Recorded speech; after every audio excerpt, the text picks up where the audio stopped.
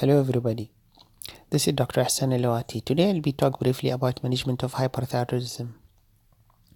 Now, the management of hyperthyroidism is a very vague term, and the management basically based on the underlying etiology.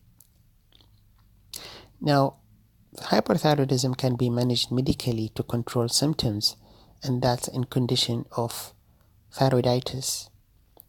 So if you have a patient who have thyroiditis induced hyperthyroidism, then the main option of treating them is basically to control those symptoms.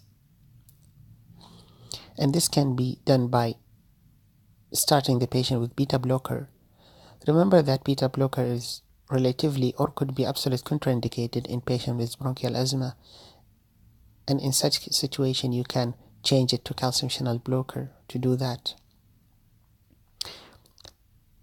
Thyroiditis usually is a self-limited condition, and as soon as patient improves, you can discontinue the treatment.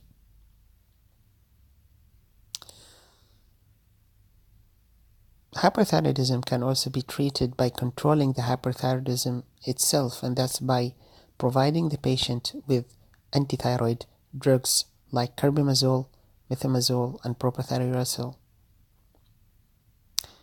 Treatment can be also given as a block and replacement therapy, i.e., you start antithyroid treatment with replacement, which is eltroxin, to treat such conditions like Graves' disease. It is very important to be cautious when you deal with those medications, because antithyroid medications are well known to cause agranulocytosis, and that's why it's very important to monitor their WBC count.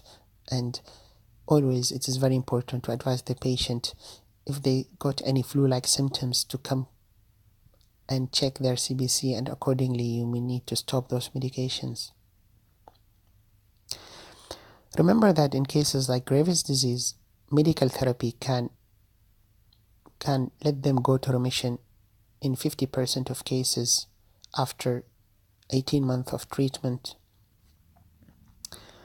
Another modality of treatment is radioactive iodine therapy, and that's indicated in case of Graves' disease, especially if the patient had relapse disease, and cases of multinodular goiter.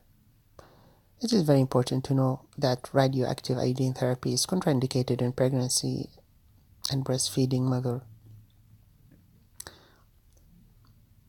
It is very effective mode of therapy, and most of the patients will go to hypothyroidism post iodine therapy.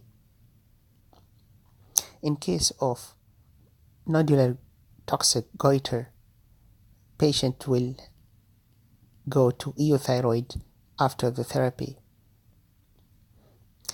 The last final option of treatment is surgical, and that's indicated if there is a contraindication to iodine therapy, or in cases when you suspect a thyroid cancer or you have very huge goiter which extend retrosternally. It is very important to know that surgery has its own complications, and people may tend to develop laryngeal nerve palsy, hypothyroidism, and bleeding post-surgery. So this is briefly about management of hyperthyroidism. If you have any questions, please write them below. Thank you.